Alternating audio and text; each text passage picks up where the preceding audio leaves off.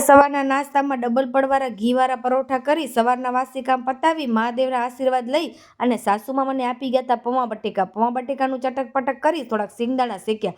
કાલે રાતના મારો વિચાર હતો કે હું રાજમા ચાવલ બનાવીશ, પણ પતિદેવ મને દગો દઈ ગયા. પછી મેં સિંગદાણા એટલા માટે શેક્યા છે કે આજે આપણે શું બનાવશું? ગ્રીન ચટણી બનાવશું.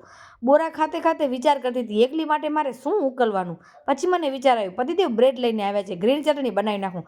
આ સરસ મજાની મેં ગ્રીન ચટણી બનાવી, જેની અંદર ધાણા, લીલા મરચાં એવું બધું. અને આ પતિદેવ જાય છે મેચ રમવા માટે.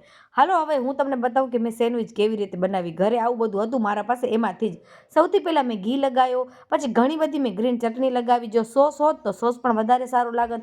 આ શાક મેં અત્યારે બનાવ્યું નથી, મારા પાસે હતો તો મેં બસ વટાણા બટેકાનું શાક, ડુંગળી અને એના પર કાકડી હોય તો કાકડી પર મજા આવે, અને જે કંઈ બીજા તમે નાખતા હો મસાલા એ. તો મેં બસ ઘરે જ સાદી અને સિમ્પલ સેન્ડવિચ બનાવી અને આજનો મારો સન્ડે એન્જોય કર્યો. તો તમને કેવી લાગી મારી સેન્ડવિચ? મને તો ખરેખર ટેસ્ટમાં બહુ મજા આવી. ચલો વિડીયો સારો લાગે તો લાઈક અને સબસ્ક્રાઈબ.